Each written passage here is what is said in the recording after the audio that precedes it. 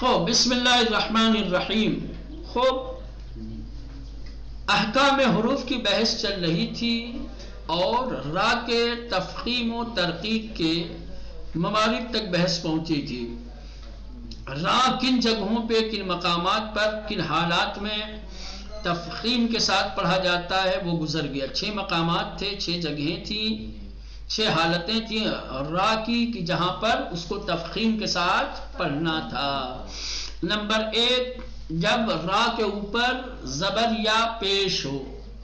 ٹھیک ہے، جیسے رحمان رحمان. دوسری صورت تھی را ساکن اس سے پہلے والے حرف پر پیش یا زبر ہو، جیسے یرضا القرآن. ٹھیک. تیسری صورت را ساکن ما قبل ساکن اس سے پہلے والے حرف پر پیش یا زبر ہو، جیسے خسر عصر قدر ہے نا، ونحر. البتہ اس میں وہ بھی سکتی ہے مثال. ٹھیک. چلیں چوتھا مقام کہ حرف را ساکن ہو اور اس سے پہلے الف مدی یا واو مدی ہو، جیسے نار نور. ٹھیک. پانچویں را ساکن ہو اور اس سے پہلے حمزہ وصل ہو، جیسے رب ارجعون. ٹھیک. چھٹا اور آخری مورد را ساکن اور اس کے بعد حروف استعلا میں سے کوئی ایک حرف آ جائے، جیسے فرقتن. یہ جو چھٹا مورد ہے یہ تضاد والا مورد بھی ہو سکتا ہے. تضاد کا مطلب کیا؟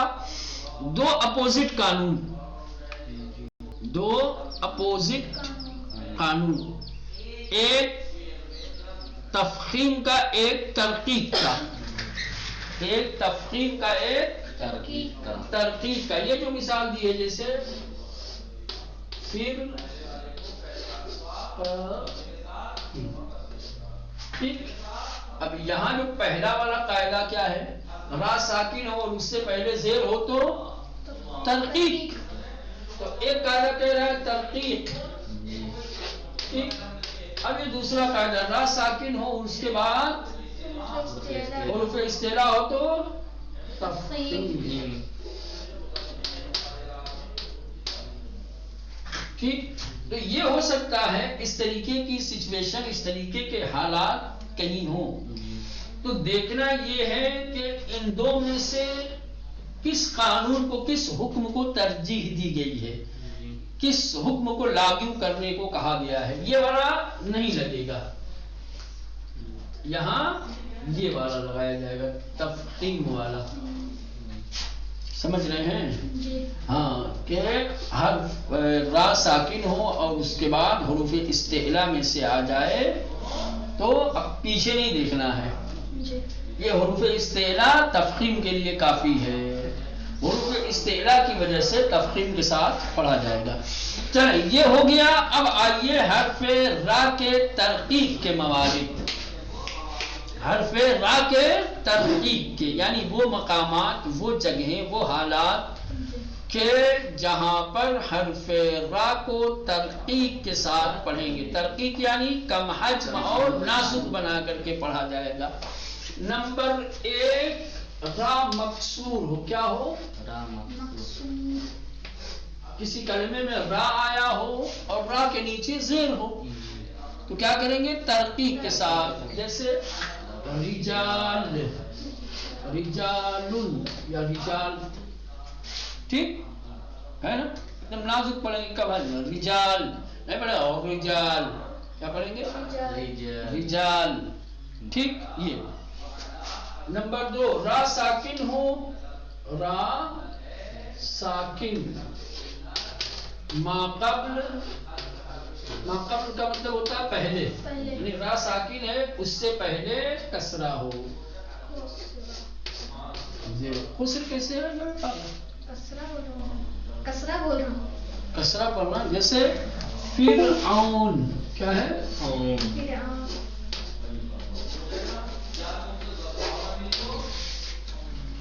ٹھیک. را ساکن ہے اس سے پہلے والے پر زیر. زیر ہے. فرعون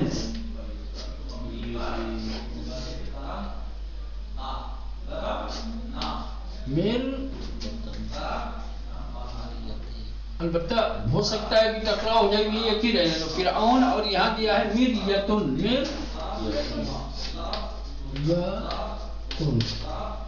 ٹھیک. را ساکن ہے اس سے پہلے زیر ہے. ٹھیک.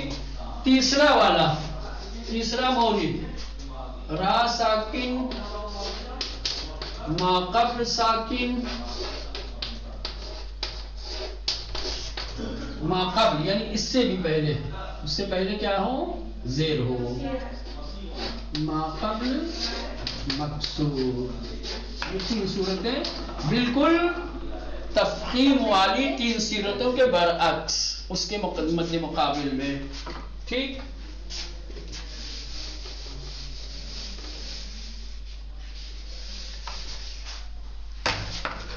جیسے یہاں پہ دیا ہوا ہے السحر.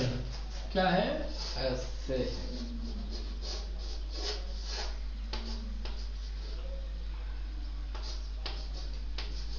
را ساکن ما قبل ساکن را ساکن ما قبل ساکن اس سے پہلے والے پر زیر. تو یہ پڑھیں گے ترکیب کے ساتھ. السحر الذکر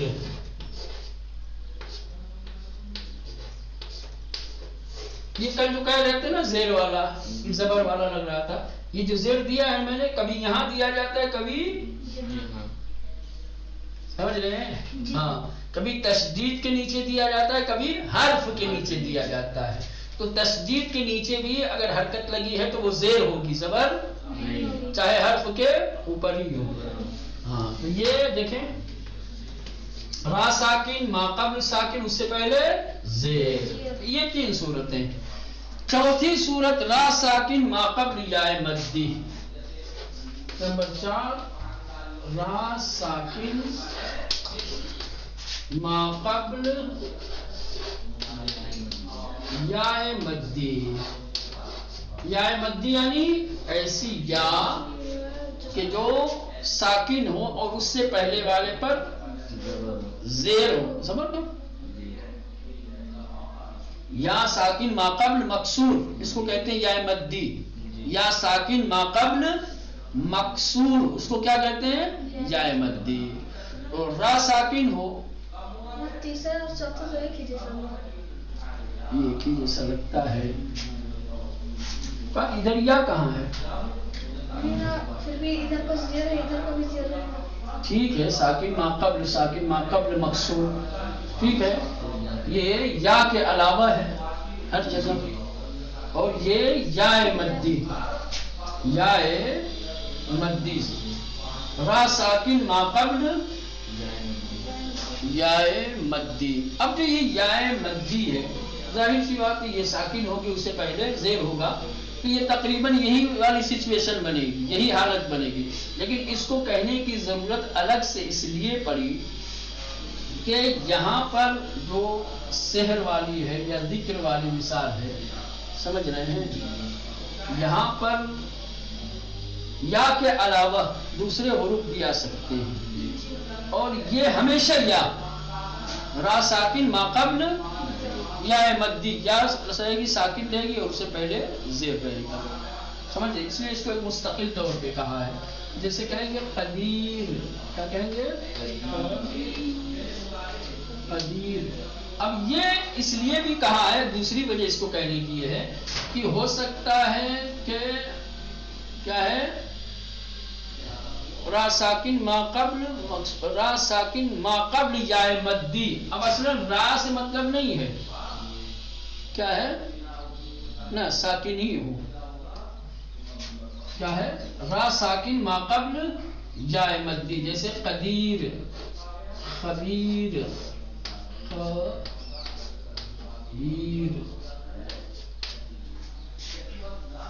قدیر خبیر یسیر نذیر ہے نا قرآن میں بہت. چلے ایک پانچواں اور آخری مورد ہے را ساکنہ ما قبل یا ساکنہ. اب یہ بھی آپ کو لگے گا بالکل ایسا ہی ہے چوتھے جیسا. را